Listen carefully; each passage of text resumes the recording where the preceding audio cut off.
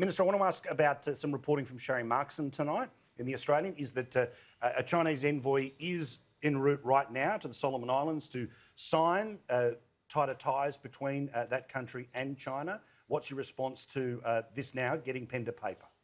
Well, Paul, I don't think it comes as a surprise to anyone, but it's obviously provocative, particularly during the course of an election campaign, that China has made that decision. And I think we, again, need to be eyes wide open about what is happening in our region. And not just in our region, I mean, what's happening in Africa with the Belt and Road Initiative around the world. What's happening in Sri Lanka, where the port's been taken back by the Chinese government because the Sri Lankans couldn't afford to repay the debt.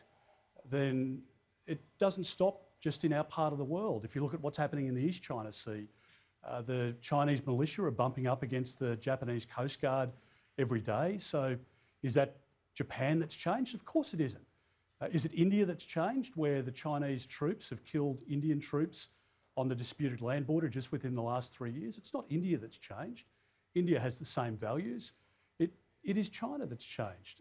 It's not in our region, Australia or New Zealand, that's changed. It is China, and the approach is aggressive, and we have to be realistic about that. You know that tomorrow the conversation from the Labor Party will be that this underlines a failure, that somehow the Australian government didn't do enough, couldn't stop it. Can you sort of pre-argue against what inevitably will be the criticism tomorrow? Well, Paul, I just stick to the facts, and I've sat around the Cabinet table and the National Security Committee table where we've discussed this issue at length, and the discussion that we've had within the National Security Committee has been based on all of the intelligence available to us.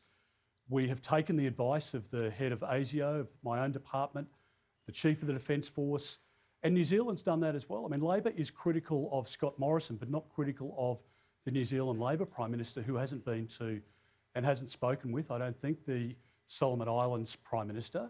The Foreign Affairs Minister from New Zealand hasn't gone to the Solomon Islands, and there are good reasons, not all of which we can speak about publicly, as to why we've made those decisions and we've taken the approach that we have. We need to balance it delicately, and in the end, the Solomon Islands is a sovereign nation. But China is on a particular path.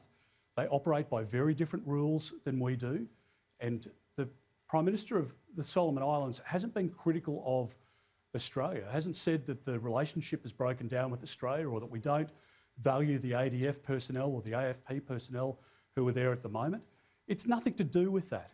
Let's be very clear. They've spoken about the importance of the relationship with Australia, and Australia and the Solomon Islands and other countries in our region continue a very strong friendship. And Scott Morrison, to his great credit, has really spent a lot of time in those relationships. But China is approaching it in a way that Australia can't. And I think most people understand that dynamic. We see it in Africa and elsewhere, where they have a very different approach to negotiations than what we do.